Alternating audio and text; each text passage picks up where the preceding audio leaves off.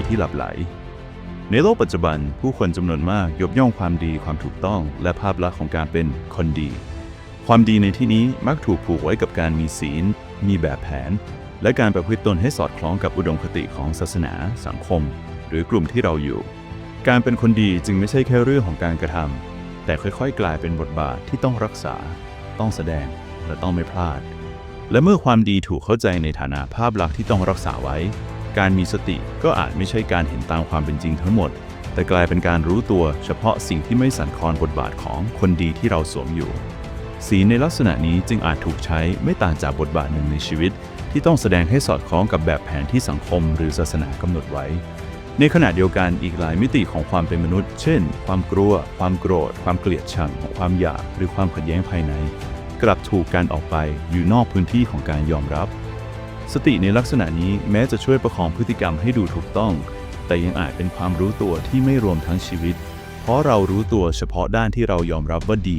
และเว้นระยะห่างจากด้านที่ถูกตัดสินว่าไม่ควรมีสติอาจไม่เลือกข้างแต่ถ้าการยอมรับยังเลือกความรู้ตัวนั้นย่อมยังไม่ครอบคลุมความจริงทั้งหมดของจิตใจจากจุดนี้เองผู้ที่ศึกษาและมองลึกเข้าไปถึงโครงสร้างของจิตใจมนุษย์จึงเสนอถ้อยคำที่ฟังดูย้อนแย้งอย่างยิ่งว่าการเป็นคนบาปที่ตื่นรู้ประเสริฐกว่าการเป็นคนดีที่หลับไหลถ้อยคำนี้ไม่ได้มีเจตนายกย่องความชั่วและไม่ได้ดูแคลนคุณธรรมหากแต่กำลังชี้ไปยังคุณค่าของความรู้ตัวที่ไม่ตัดขาดความเป็นมนุษย์บางส่วนออกไปและไม่เลือกยอมรับเฉพาะด้านที่สวยงามเพราะปัญญาไม่อาจเกิดจากการเป็นคนดีหรือการมีศีลเพียงอย่างเดียวแต่เกิดจากการรู้เท่าทันความจริงของจิตใจตนเองทั้งก้อนเมื่อศีลถูกเข้าใจว่าเป็นความดีเชิงอุดมคติหรือเป็นภาพที่เราต้องรักษาไว้ศีลนั้นอาจกลายเป็นเครื่องขวางกั้นการเห็นความจริงของจิตใจเพราะจิตใจตามธรรมชาติไม่ได้มีเพียงด้านสว่างด้านเดียวการรับรู้เพียงด้านเดียวจึงไม่ใช่ปัญญาแต่คือความเห็นที่ยังไม่ครบถ้วนมนุษย์ทุกคนมีพลังพื้นฐานของชีวิตอยู่ภายใน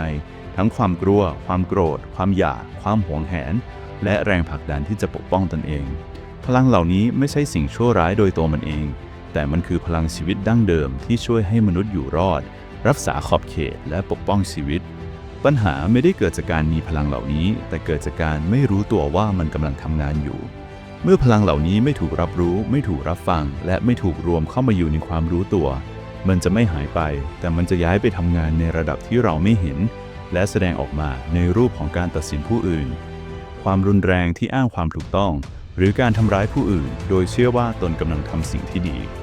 ในทางกลับกันผู้ที่กล้ายอมรับกับตนเองว่าฉันมีพลังเหล่านี้และฉันรู้ว่ามันทำงานอย่างไรในตัวฉัน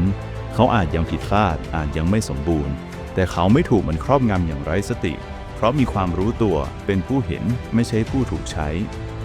การเติบโตภายในจึงไม่ใช่การกำจัดด้านที่ไม่พึงประสงค์แต่คือการทำให้มันอยู่ภายในขอบเขตของความรู้ตัวและเสรีภาพทางจิตใจไม่ได้เกิดจากการไม่มีด้านมืดแต่เกิดจากการไม่ปล่อยให้มันใช้ชีวิตแทนเราไม่ได้หลุดพ้นเพราะเราไม่มีความโกรธไม่มีความอยากหรือไม่มีความกลัวแต่เพราะเราไม่ถูกสิ่งเหล่านั้นครอบงำโดยไม่รู้ตัวอีกต่อไปบางทีสิ่งที่โลกนี้ต้องการอาจไม่ใช่คนดีมากขึ้นแต่คือมนุษย์ที่รู้ตัวมากขึ้นไม่ใช่ผู้ที่ไม่มีด้านที่น่ากลัวแต่คือผู้ที่กล้ามองเห็นมันและไม่ปล่อยให้มันตัดสินแทนตนเองและตรงนี้เองที่การตื่นรู้เริ่มต้นอย่างแท้จริงจากใจ